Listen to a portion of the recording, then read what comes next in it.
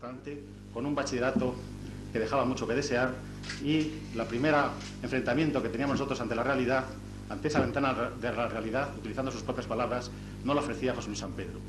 Su maravillosa oratoria, su capacidad y su propio carisma nos abría ventanas, nos inquietaba culturalmente, nos hizo leer libros, y todo aquello yo creo que es un tributo que no podemos, a pesar de las palabras, agradecer de ninguna manera. Creo, por tanto, y yo quise que esta llamada última lección se celebrase en la propia facultad. José Luis San Pedro se ha jubilado de una forma simbólica en la universidad. Yo estaba en un acto de inauguración del curso escolar con una toga y de pronto leía entre los profesores jubilados de la universidad el nombre de José Luis San Pedro. Entonces es cuando pensaba que teníamos que tributarle alguna forma de homenaje, porque si bien en los últimos años no estaba, había estado durante mucho tiempo y nos formó a muchas personas, estudiantes que entonces acudíamos a la Universidad Española. San Pedro se marchó de la universidad, seguramente, como dije también en mi conferencia, porque la universidad ha sido ingrata con las personas valiosas, no así los estudiantes. Yo creo que si algo nos hace seguir en la universidad es a la gratitud de los estudiantes, aunque a veces nos imiten, aunque a veces se venguen de alguna manera de nosotros, pero yo creo que si hay algo gratificante son los estudiantes. Yo quisiera, por tanto, señalar que en un momento determinado José Luis San Pedro se cansó de aquella universidad ingrata y nos abandonó. De todas formas, vine siempre, o ha venido habitualmente, a impartir conferencias a este centro. En una ocasión, en una conferencia también masiva, los estudiantes le pidieron que volviera.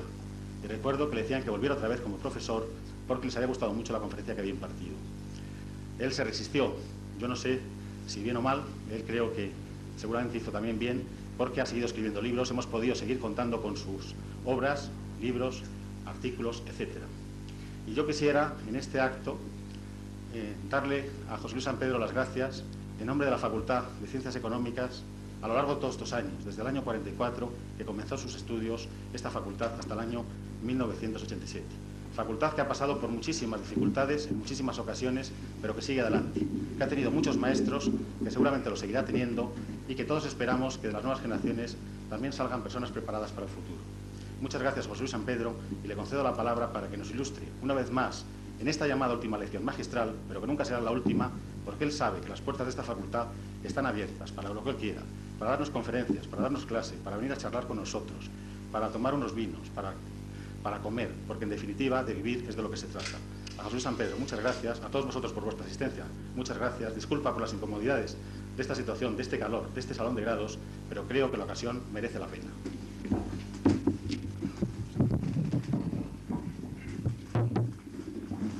Señor decano, señoras y señores, amigos todos,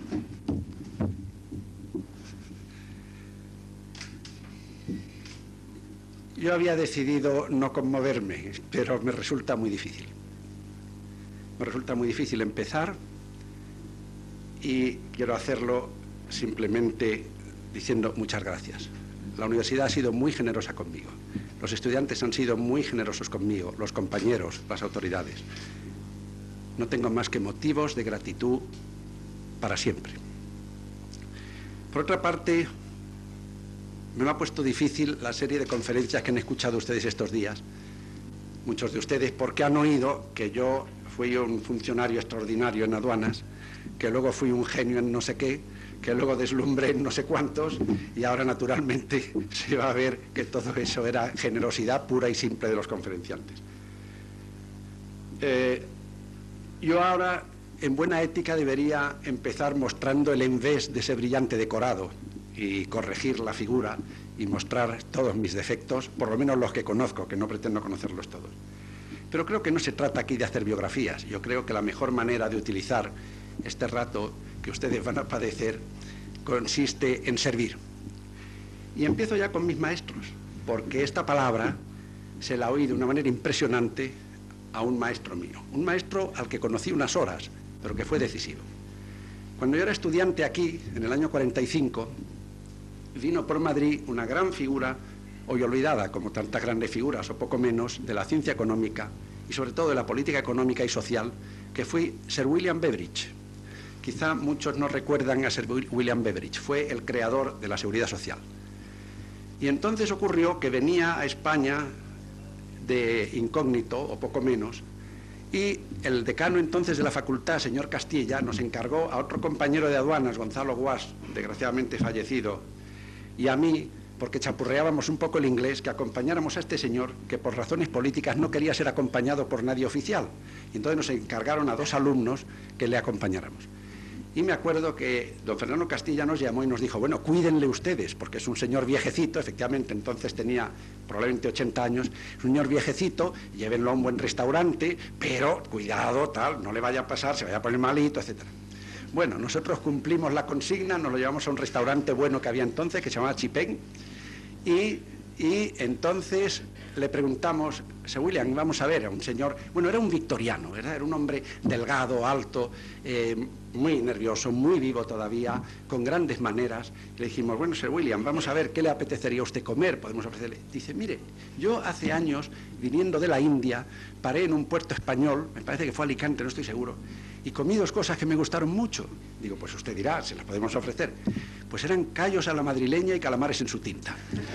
Y el pobre ancianito se zampó los callos y los calamares y ya la cosa empezó bien. Bueno, pues fue Sir William Beveridge que me dejó la impresión de haber conocido a un victoriano, a un auténtico victoriano.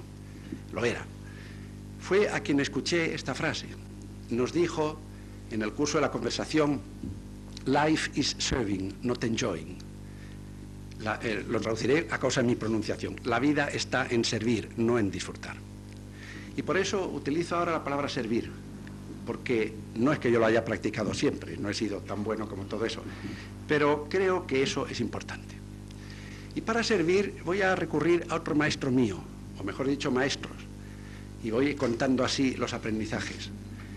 Mis maestros extraordinarios han sido los árboles. Los árboles han sido siempre extraordinarios maestros.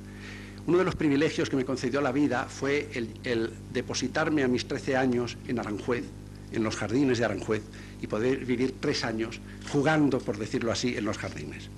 Y toda mi vida he tenido lecciones de los árboles, unas veces lecciones de nobleza, otras veces lecciones de aplomo, otras veces lecciones de elegancia, otras veces lecciones de padecimiento, porque también lo tienen.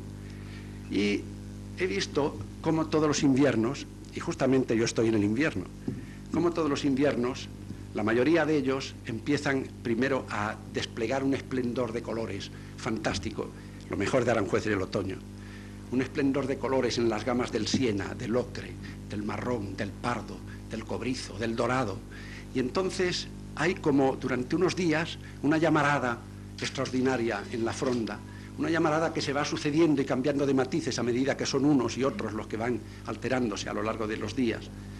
Y al final esos árboles se van despojando, se van desnudando, y solo queda la madera, como en el hombre los huesos, como en el hombre el esqueleto, la madera, lo rígido, lo duro, lo seco, lo permanente, por decirlo así. Y entonces uno ve cómo esa madera está retorcida, como debajo de la fronda había una geometría complicada, que es la geometría de los impulsos de la vida. Y entonces yo, siguiendo esta lección, quisiera dedicar mis palabras más que a los mayores, y que me perdonen mis compañeros y mis colegas, porque a ellos no tengo nada que decirles de nuevo, lo saben todo mejor que yo, mucho más todavía a los jóvenes, porque la diferencia entre los árboles y el hombre es que los árboles tienen repetidas primaveras y el hombre no tiene más que una. Y la única manera de reencarnarse el hombre en otra primavera es regalar la suya a los que vienen. Es decir, es una reencarnación, una primavera de la colectividad, de la sociedad, de la humanidad, no del individuo. Y yo quisiera dedicar esta tarde principalmente a hablarles un poco de mi primavera, de mi verano, de mi otoño, desde el punto de vista de los aprendizajes. Por lo menos, para que no tropiecen más veces en sitios donde yo he tropezado. De modo que, pensando en los jóvenes, recuerdo que yo fui uno de ellos también. Y fui un buen alumno de Stackelberg. Stackelberg fue un profesor extraordinario, al que no se puede juzgar solo por su libro. Su libro era solo una faceta de su personalidad, pero luego era un hombre que citaba a Goethe y que tenía una capacidad filosófica profunda, que además nos dio algunas lecciones de humildad. Yo me acuerdo que un compañero mío se le acercó un día y le dijo: me he estado leyendo la teoría general de Keynes, además en la dichosa traducción del Fondo de Cultura Económica, no digo nada, ¿verdad? Bueno, y le dijo Stackelberg, dice: ¿la ha comprendido usted bien? Dijo: sí, yo muy bien, muy bien. Stackelberg le dijo: pues mire, yo realmente pues no he conseguido entenderla del todo, ¿verdad? No he conseguido... Bueno, pues este hombre, que era extraordinario, me produjo un entusiasmo muy grande. Él nos hablaba de la teoría del consumo, principalmente, y era de un formalismo deslumbrador. Yo me acuerdo que entonces llegábamos a unas cosas de las que ya no sé nada, los hesianos y los jacobianos y todas estas cosas, y allí se explicaba todo perfectamente. Y recuerdo también a un gran maestro mío, don Valentín Andrés, del cual no digo nada porque le han conocido todos. Y entonces yo, deslumbrado, empecé a reflexionar sobre el asunto. Y la verdad es que empecé a perder fe en la cosa. Yo me acuerdo cómo Stackelberg nos hablaba de la teoría del consumo y nos empezaba naturalmente con el esquema de Pareto, que todos conocen. Todo aquello de la colina del placer, las curvas de indiferencia, el sendero del consumidor. Era una delicia escuchar estos nombres y luego ir a los jacobianos y los hesianos y todas esas cosas. Pero la verdad es que yo empecé a perder fe porque, claro, empecé a darme cuenta de que yo no me podía creer algo que partía de la base de que las curvas de indiferencia eran un dato. Porque el más modesto de los agentes de publicidad sabe perfectamente que eso no es un dato, que eso es un producto. Y que lo primero que tiene que hacer cualquier productor es crear sus clientes, fabricar sus clientes, es decir, fabricar las curvas de indiferencia. De ahí pasé, para ir muy rápido, ¿verdad?, a la conclusión de que entonces no es verdad que el consumidor es el rey, que no, que va a ser el rey, cosa que he experimentado a lo largo de mi vida repetidas veces. Y si no, ¿para qué están las asociaciones de consumidores, verdad? Porque no conozco las asociaciones de reyes, de modo que algo pasará ahí. Y de ahí pasé a no creerme tampoco eso que nos dicen tan estentóreamente, sospechosamente estentóreamente, porque lo que hay que repetir mucho empieza a ser dudoso, de que el mercado es la libertad. Yo comprendí inmediatamente que eso es una frase escrita por personas ricas, porque el que no tiene dinero no tiene libertad ninguna en el mercado. Decidle a cualquiera sin un duro en el bolsillo que vaya al mercado y que elija, y veremos a ver lo que pasa. Naturalmente nadie deduzca de esto que lo contrario es la libertad. No, no estoy diciendo eso. Estoy diciendo simplemente cómo yo empecé a no creerme esas cosas. Como tampoco empecé a creerme lo de la productividad marginal, que si me la explican por derivadas, bueno, muy bien. Pero si luego llego yo a un taller y me dicen que la productividad del 1/10 obrero añadido a los 10 que ya hay es tanta y cuanta porque la producción ha aumentado tanto y que de ahí hay que ir a parar a su salario, bueno, eso ya es de carcajeo. Y no crean que estoy exagerando. El que crea que exagero, que se vaya al Lipsey, que no es tendencioso en este aspecto, y vea la nota que por lo menos en la edición que yo explicaba en Inglaterra, porque yo explicaba esto, luego le decía a los alumnos por qué yo no me lo creía, pero yo lo explicaba porque, claro, porque era mi obligación, pero también era mi obligación decirles por qué yo no me lo creía y luego que decidieran ellos. Pero a lo que voy, que se vaya al Lipsey y al final de casi 100 páginas sobre la teoría de la distribución, el propio Lipsey cree que por el camino de la distribución a base de la productividad marginal no cree que se llegue muy lejos. De modo que lo dicen ellos. Y así, poco a poco, me encontré, para cortar este punto, con dos lecciones importantes. Primera lección. Una de las cosas más extraordinarias que me sorprenden a mí es que del famoso principio de la riqueza de las naciones, que es el de la fábrica de alfileres, que todos conocen, ¿verdad? El alfiler, uno lo corta, otro lo saca punta, otro tal, no sé qué. Entonces, estupendo, y conste que sigo admirando profundamente el genio de Adam Smith, porque ahora verán que no estoy rechazando nada de esto, sino simplemente poniéndolo en su lugar. Digo pues que de esa famosa historia de la fábrica de alfileres, de la cual debería deducirse que es mucho más importante trabajar colectivamente que trabajar cada uno aisladamente, porque el aumento de producción se debe precisamente a que se reúnen unos cuantos. De ahí, sin embargo, salga una teoría extremadamente individualista de la organización social.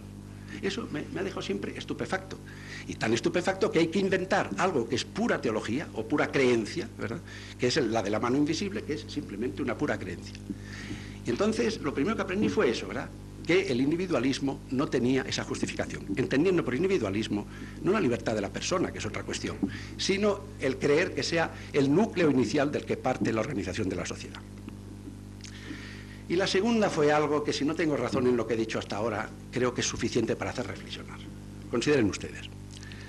Fíjense que todos admitiremos que la naturaleza física, las piedras, los ríos, el agua, la composición de las sustancias, de los cuerpos, es increíblemente más estable que la organización social, los movimientos ecológicos, sociales, humanos, etc. Bueno, pues resulta que en los últimos 20 o 30 años la física, es decir, el conocimiento es naturaleza, se ha renovado extraordinariamente, ha transformado por completo sus nociones, ha añadido mucho a lo que era el mundo newtoniano, que yo estudié todavía, y lo digo esto a mis compañeros de aduanas cuando hacía la oposición, y todo eso se ha transformado increíblemente. para tratar de algo que no parece que cambie tanto. Y en cambio, hoy que vuelve a estar de moda el neoliberalismo, y ya lo de neo es sospechoso, porque cuando una cosa hay que ponerle delante neo es porque es antigua, porque si no nadie se molesta en ponerle neo. Pero hoy que está de moda esto, al parecer, pues resulta que se quiere trabajar con ideas de hace 150 o 200 años para una realidad que en cambio se ha transformado extraordinariamente. A mí me parece que bastaría este razonamiento para tener que plantearse la necesidad de pensar de otra manera los fenómenos de la realidad económica. Bueno, y eso es lo que en mi modestia y en estos aprendizajes hice. Y por ese camino es como llegué a ser eso tan raro que es lo de metaeconomista, que por cierto, si mis compañeros del Banco Exterior no están al quite, hubiera salido en el programa con una errata en la cual en vez de llamarse esta charla aprendizaje de un metaeconomista sería aprendizaje de un mataeconomistas, cosa que creo que no llegué a ser. Pues bien, yo traté y ya en mi memoria de la oposición a cátedra, pues hay una serie de cosas que se han mencionado estos días, estudiando sobre todo los que a lo largo de, porque no soy original, todo esto no es mío, ¿verdad? A lo largo de la historia de la teoría económica han sido disidentes respecto de lo que he estado criticando hasta ahora mismo, los históricos, los institucionalistas, el marxismo, etc. Que por cierto no era solo el marxismo, antes que él era Mill. Mill ya habló de la plusvalía, Mill ya dijo que la causa del beneficio estaba en que el trabajo no era remunerado suficientemente, que ya está bien. Estudié también los estructuralistas franceses porque la palabra lo pedía, pero la verdad es que tomando de ellos muchos conceptos que se han comentado también en estas conferencias por el profesor Beiras el otro día, sin embargo, me pareció que su falta de sentido histórico los hacía insuficientes también. De modo que con todo esto, pues llegué a una ruptura que me parece que tiene un equivalente en la historia de la disciplina. Hay un momento en la historia, hace casi 100 años aproximadamente, en que lo que se llamó durante todo el tiempo anterior political economy, economía política, subrayo, se convirtió en economics, que nosotros traducimos por teoría económica. Y ahí la cosa, en mi opinión, se pegó un batacazo. Y no lo digo yo, lo va a decir un premio Nobel de ese mundo. Voy a leer esta frase de Stigler. Dice Stigler, perdón, hace menos de un siglo los tratados de economía empezaban más o menos así. La economía es el estudio de la humanidad en los asuntos ordinarios de la vida. Hoy empiezan esos libros con frecuencia diciendo, este tratado inevitablemente largo está dedicado a estudiar una economía en la que la segunda derivada de la función de utilidad posee un número finito de discontinuidades. Para poder abarcar tal problema, he tenido que suponer que cada individuo consume solo 2 bienes y muere después de una semana robertsoniana. Y termina. Solo se utilizan aquí instrumentos matemáticos elementales, como la topología, si bien se emplean continuadamente. Bueno, pues un servidor, ¿verdad?, renunció a la semana robertsoniana, renunció a morirse, por supuesto, y me quedé en los asuntos ordinarios de la vida.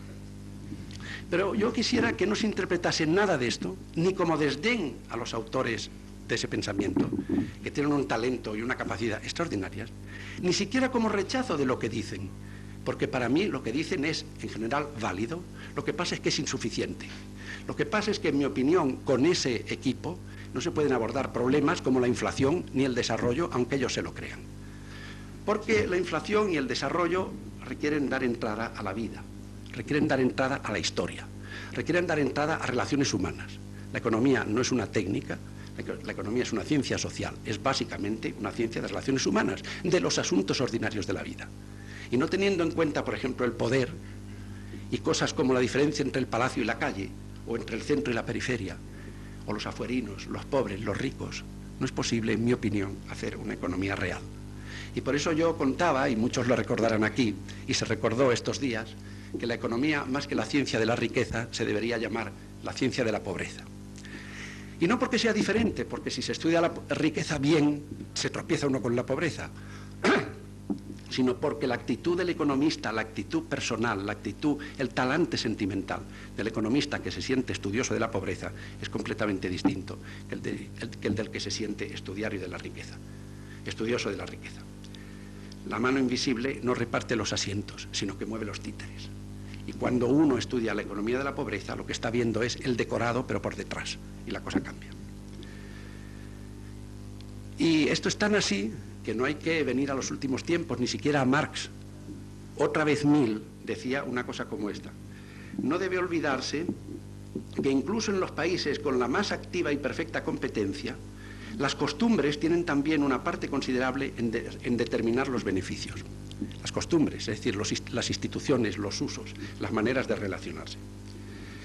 Y entonces yo, pues, acabé más o menos durante bastantes años enseñando algo que luego se me reveló también insuficiente, y aquí vienen mis aprendizajes, relacionando dos cosas siempre: la técnica y las instituciones. No voy a detenerme en esto, la necesidad de las instituciones junto a la técnica, y por otra parte relacionar la estructura con el proceso.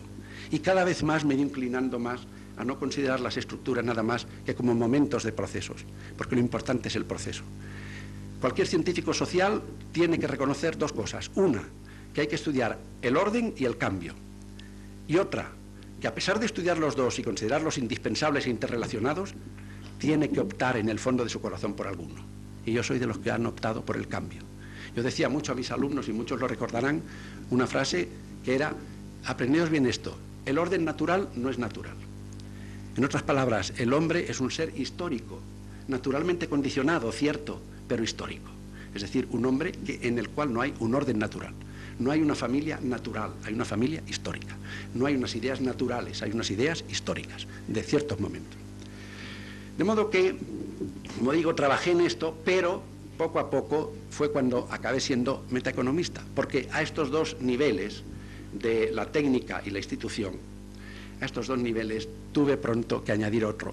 Apenas empecé a tomar conciencia cada vez más de dos fenómenos importantes, que es el desarrollo económico, o mejor dicho, el mundo subdesarrollado, eso que llaman el tercer mundo, que no hay más que uno, pero en fin, los pobres del único mundo, y por otra parte la crisis actual, entendida como ruptura histórica. No voy a detallar estas cuestiones, que he publicado en algún sitio si a alguien le interesa, pero el hecho es que, a fuerza de tomar conciencia en esto, tuve que añadir un tercer nivel de estudio, uno el técnico, otro el institucional y otro que es el axiológico.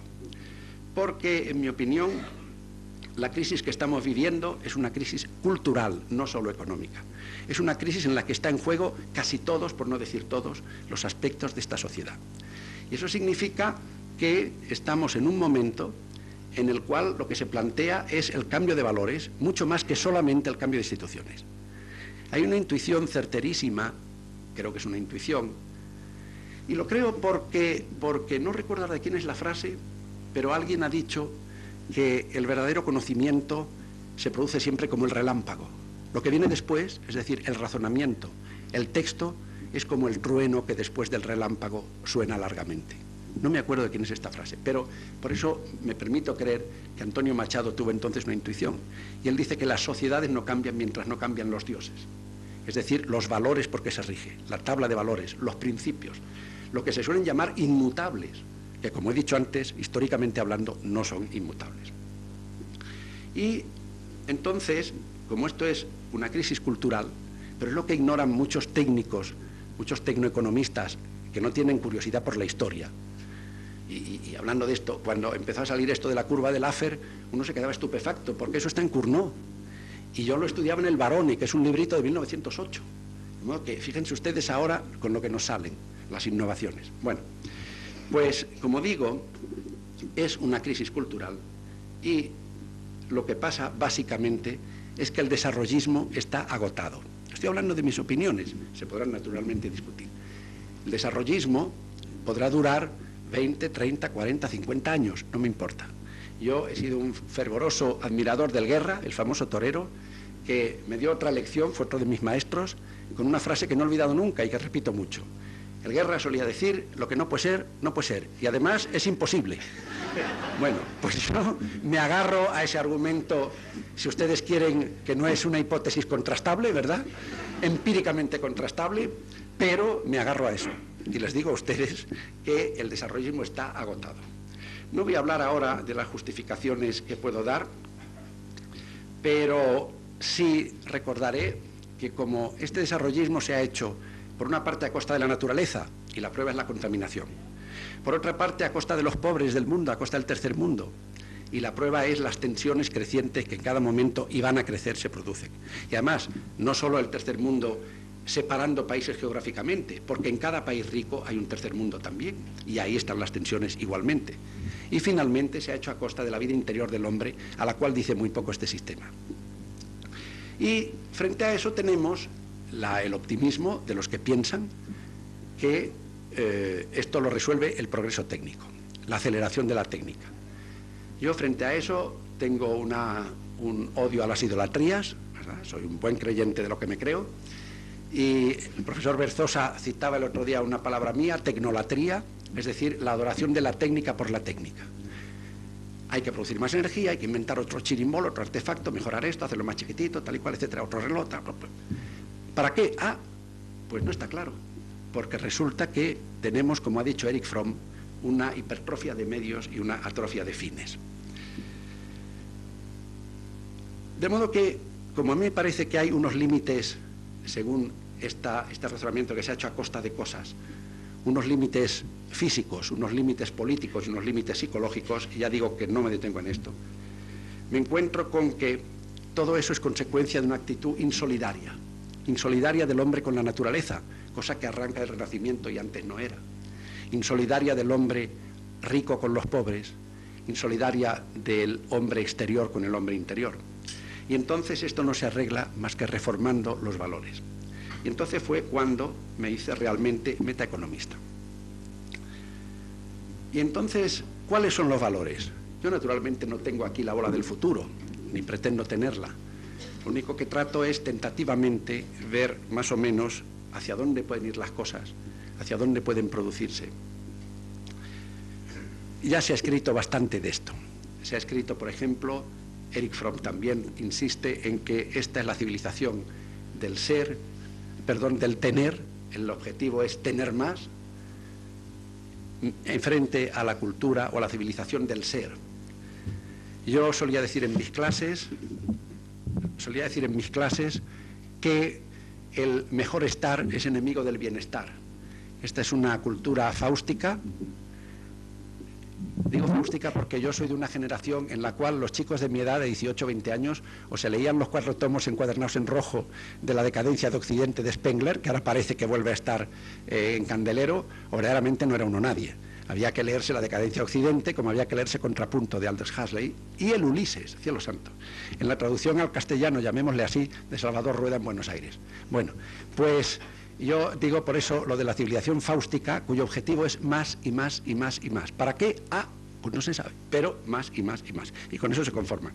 Pues bien, otra disyuntiva posible frente a lo del ser y lo del tener es la diferencia entre producir y consumir, un reduccionismo muy propio de esta cultura, y frente a eso se trata de vivir.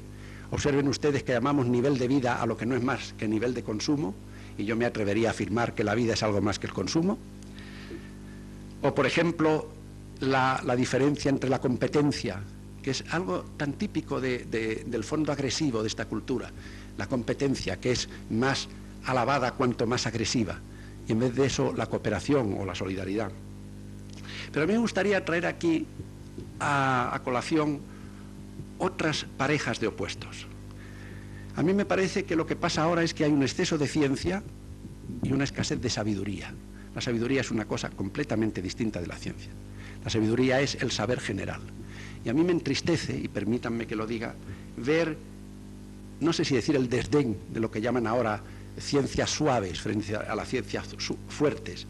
Es decir, el desdén por la historia, por la literatura, por el lenguaje, por eso que se llama la cultura general, que no se resuelve diciendo hacemos una tarea interdisciplinaria, porque lo interdisciplinario no es el saber general, no es la sabiduría.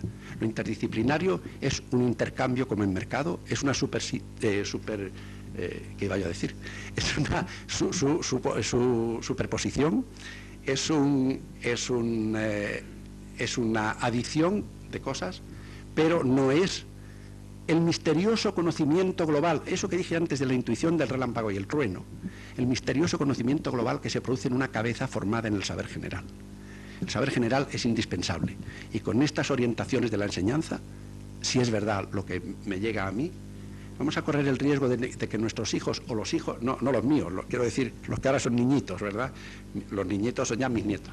Los niñitos y los hijos de los niñitos acaben dándose cuenta, en medio de un mundo, de un prodigioso adelanto técnico, de que no saben qué hacer con eso y de que no saben, sobre todo, vivir.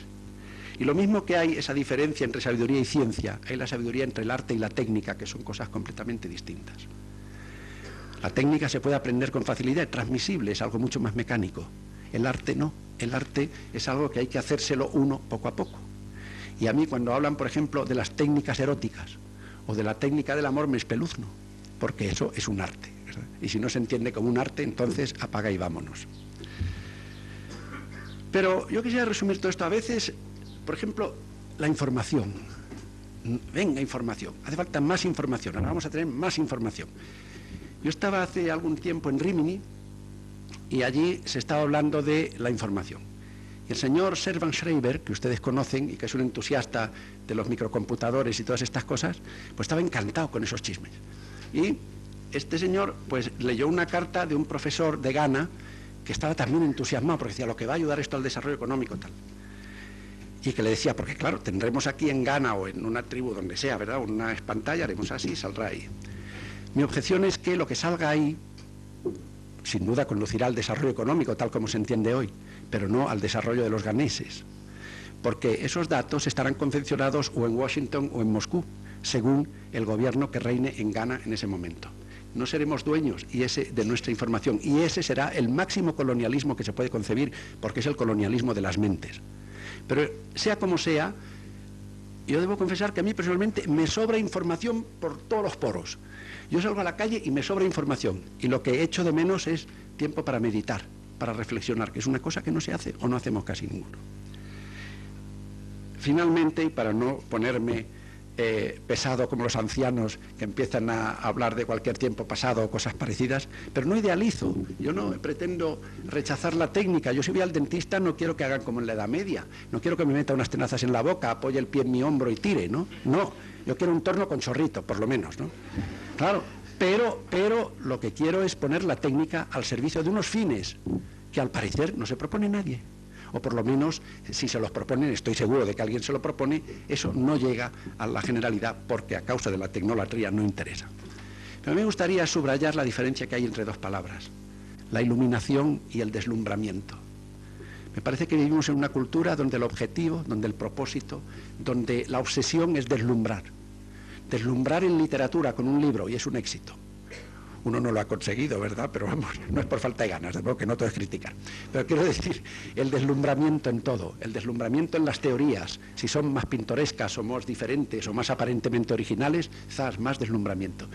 Se trata de deslumbrar, mientras que en otras culturas, o dentro de esta, algunas personas tratan de conseguir la iluminación, como en ciertas formas de la vida religiosa y de la experiencia religiosa. La iluminación, es decir, todo lo contrario de deslumbrar. Conseguir que dentro de unas dudas, de unas oscuridades, de unas cavernas interiores, se encienda nada más que una pequeña lámpara de aceite. Pero esa lámpara de aceite dura, perdura mansamente, nos calma, nos enseña, nos sosiega y vamos comprendiendo sin necesidad de más, sin necesidad de información, porque todo lo que le puedan informar a uno y que sea valioso para la propia vida está dentro. Lo que pasa es que no nos enseñan a mirar dentro de nosotros y es una tremenda falta de esta cultura. De modo que iluminación es algo tremendamente necesario y está asociado, por supuesto, con el arte, está asociado, por supuesto, con la sabiduría. Y cuando yo alguna vez pienso, y no es este el momento de tratar la cuestión, ¿qué salida tiene esto? Yo no se la confío ni a los ingenieros ni a los técnicos de ninguna clase. Dicho sea con todo respeto y reconociendo los tremendos favores que nos hacen y las grandes utilidades que nos dan, pero no es ahí la salvación. Para mí la salvación, como exige un cambio de dioses, tiene que estar en los artistas, los filósofos, los pensadores, los que se iluminan lentamente y no chisporrotean y deslumbran. El deslumbramiento supone un final de cultura parecido al del cohete. El cohete crece y crece y crece, se levanta, estalla en un chisporroteo deslumbrador, estalla en miles de estrellas y miles de luminarias, zas, pumba, y se cae al suelo. Y se acabó, y luego viene la oscuridad. A mí me parece que la iluminación es otra cosa.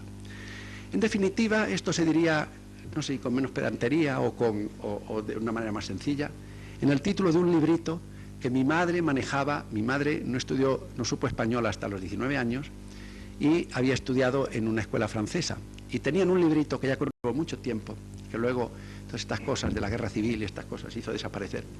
Un librito que tenía un título expresivísimo. Era Savoir vivre, savoir faire. Saber vivir, saber hacer. Y eso es lo que hay que hacer. Saber hacer, es verdad, necesitamos saber hacer, y ahí está la técnica, ahí está el homo faber. Pero si eso nos sirve para saber vivir, es decir, para pasar al homo ludens, al hombre que juega, porque la vida es juego mucho más que sueño, la vida es juego, entonces no sé yo para qué sirve. Incluso los que cuando digo estas cosas, porque confieso que me repito, las 4 ideas que se me podían haber ocurrido se me han ocurrido ya y me repito. Incluso los que cuando digo estas cosas asienten más o menos, quizá con el deseo de que fuese así, pero no tardan en pensar en la mayoría de los casos y de objetar que este es un humanismo ingenuo, que es utópico, que esto, por decirlo así, no hay quien lo pare.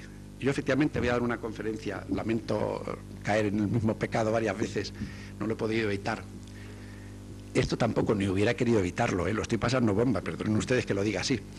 Pero voy a dar una conferencia precisamente sobre futuros y yo le llamo a eso el futuro inevitable, que es el que de verdad nos cae encima. Quiero decir que será humanismo, pero claro, yo no voy a practicar el robotismo. Yo intenté congeniar con un ordenador, pero resulta que había un problema tremendo, había una distancia entre nosotros. Yo le acariciaba y no le pasaba nada. Y claro, verdaderamente eso es difícil de sobrevivir. Así es que podrá ser humanismo, pero es que el robotismo no lo entiendo. Y se me dice que es humanismo porque el desarrollismo es imparable. Porque, entre otras cosas, no solo sirve el buen deseo de los científicos, el espíritu emulativo, todas esas cosas, sino que sirve intereses como, por ejemplo, el de los complejos industrial, militar, etcétera, que saben ustedes que la frase no es mía, es del bien pensante general Eisenhower. Pues bien, será imparable, ¿verdad?, pero lo parará él mismo, por esas razones del límite que les he dicho. Y como he dicho, pronostico para dentro de 40 o 50 años, que es un pronóstico cómodo para mí, porque temo no poder volver a cumplir otros 70 años y colocar otro rollo como este. Digo pues que estoy seguro de que eso tiene que cambiar por la autoridad del Guerra, que antes he tenido el honor de mencionar. Y entonces a veces los jóvenes me dicen, bueno, mire usted, yo creo que tiene usted razón, es verdad, pero mire usted, a mí eso no me consuela nada, porque yo voy a tener que vivir en esto. Entonces sí que tengo unas palabras de esperanza, que además son verdad, que además están no empíricamente contrastadas, pero sí vitalmente contrastadas dentro de mi humildad, que es la de que sí se puede vivir desde ahora fuera de esto. Hay una forma de libertad, que es la libertad de Boecio, por ejemplo, que es la libertad del preso. La libertad del preso. El preso puede estar dentro de su cárcel más libre que el carcelero que le guarda. Sí, el carcelero que le guarda cree en las mentiras que obligan a guardar a ese preso y el preso tiene la mente en libertad. No digo que sea fácil, es más, es difícil porque es una especie de vida esquizofrénica en la cual hay que vivir con una doble estrategia. Por un lado, jugando el juego externo porque si no, uno no sobrevive. Pero por otro lado, desde abajo, viviendo en el otro mundo. Instalarse, por ejemplo, en el no. Es lo que hacían los cristianos en Roma. Los cristianos en Roma se levantaban por la mañana, se ponían la toga o lo que fuera, salían y el uno se iba a vender aceite, el otro a carrear, el otro cogía su carro, el otro se iba al foro a pleitear, etcétera, etcétera. Pero por las noches se reunían en las catacumbas y acabaron cargándose el Imperio Romano, porque los dioses del Imperio Romano se habían muerto y venía otro dios. Entonces, yo digo que hay que instalarse en el no. Y se me va a permitir que, ya a punto de concluir con la paciencia de ustedes, me permita recordar una fábula que vosotros habéis recordado estos días en la conferencia, que he inventado yo, tengo que confesarlo, ¿verdad?, que es uno de los noes en que se puede instalar el científico social. Yo he dicho muchas veces que en la teoría social, la económica y la social, hay unos señores ingeniosos, inteligentes, con muchos más méritos que yo, todo lo que ustedes quieran, que viajan hacia el progreso científico en un extraordinario tren de lujo. Y entonces el tren de lujo se para en una estación y entonces ven a un desgraciado, servidor de ustedes, que va con un burrito y unas herramientas rudimentarias tratando de caminar, progresar un poco en su ciencia, teorizar un poco sobre la estructura, pensar algo por su cuenta sobre eso, y con medios, desde luego, muy rudimentarios y con resultados, desde luego, muy pobres. Entonces, como son amigos de uno, porque son amigos y me quieren y les quiero, se asoman a la ventanilla y me dicen, oye, pero súbete a este tren, pero esto es estupendo, pero es un tren fantástico, oye, que hay literas, que hay camas, que se come de impresión, que además nos ponen la tele, que además tienes toda clase de instrumentos, computadoras, matemáticas, todo lo que quieras. Entonces Entonces dice uno, sí, todo eso está muy bien, pero no tengo más remedio que seguir con mi burrito, porque resulta que vosotros vais hacia el norte y mi burrito a donde vas hacia el sur, porque es donde yo quiero ir. Y entonces, cuanta más velocidad y más perfecciones tengáis, más me alejáis de mi objetivo. Mientras que yo, que es ese humanismo, cuanto más avanzo paso a paso y tristemente y tardíamente, no tristemente, alegremente, pero tristemente en cuanto a resultados con mi burrito, pues más me acerco a donde quiero acercarme. Y yo la verdad, con el burrito no me pasa lo que con el ordenador. Yo acaricio al burrito y se pone tan contento. Pone las orejas, se deja pasar la mano por el pelo, mueve la cola, tiene una expresión alegre en el rebuzno, que verdaderamente he aprendido ya a distinguir, porque hay que entenderse con los burritos, y entonces pues uno sigue tranquilamente hacia el sur, mientras los otros van velocísimamente. Quiere esto decir que uno se mueve sobre todo cada vez más por la calle, con los pobres, porque no por demagogia, sino porque ahí está lo elemental. Se mire como se mire, el pan es más verdad que el caviar. Eso me parece un artículo de fe. Y además, eso favorece la humildad, que es una de las cosas, paradójicamente, de las que hay que tener más cuidado de no enorgullecerse, pero de las que más pueden satisfacerle a uno. Y yo os aseguro a los jóvenes que se puede instalar ahí y que se puede vivir ahí. Con la esquizofrenia, bueno, pero hay cosas peores, ¿verdad?, que es creer verdad lo que no es verdad. Por lo menos uno sabe dónde está.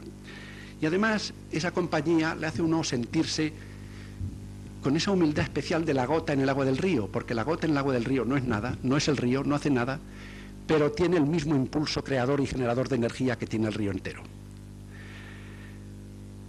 Y yo quisiera terminar recordando que hace casi 200 años ya se dio un grito por las calles de París que resonó por todo el mundo: libertad, igualdad, fraternidad. Y lo recuerdo mucho estas veces. Una parte del mundo jugó a la libertad y obtuvo sin duda ninguna muy altas cotas de libertad, pero me temo que a costa de bastante desigualdad. Otra parte del mundo jugó a la igualdad y consiguió bastante igualdad, pero me temo que a costa de bastante libertad. Lo que no veo por ninguna parte es que se haya ensayado en serio la fraternidad, o si ustedes quieren algo más modesto, la solidaridad. Eso sí está en culturas de esas que llamamos primitivas despectivamente. Eso sí está en grupos étnicos africanos o en poblados andinos o todavía en algunos pequeños pueblos de nuestro propio país y de otros países. Eso está todavía ahí. Algo como la conciencia de la solidaridad humana, porque como he dicho antes, uno solo no es nada, ni tiene productividad, ni marginal, ni de ninguna clase, o poco menos. De modo que se trata de eso. Y entonces, al decir esto, ocurre que he vuelto a mi punto de partida y vuelvo a evocar la figura de Beveridge diciéndome: life is saving, not enjoying. Y entonces yo esta tarde he tratado de servir un poco y les aseguro a ustedes que serving is enjoying, que servir es gozar de la vida, es sentir todas estas cosas que estoy sintiendo, y les agradezco a ustedes que al permitirme hacer que en mi vanidad me creo servicio, me hayan permitido gozar de esta manera. Muchas gracias a todos.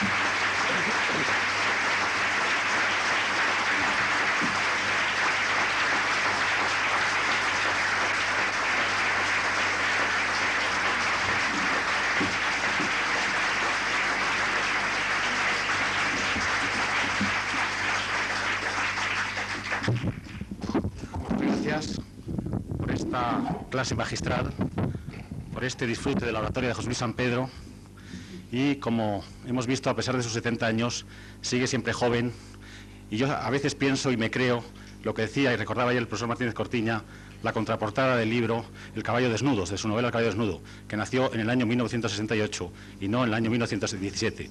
Solo queda, como hacía el profesor Beiras, desearle que viva indefinidamente. Muchas gracias.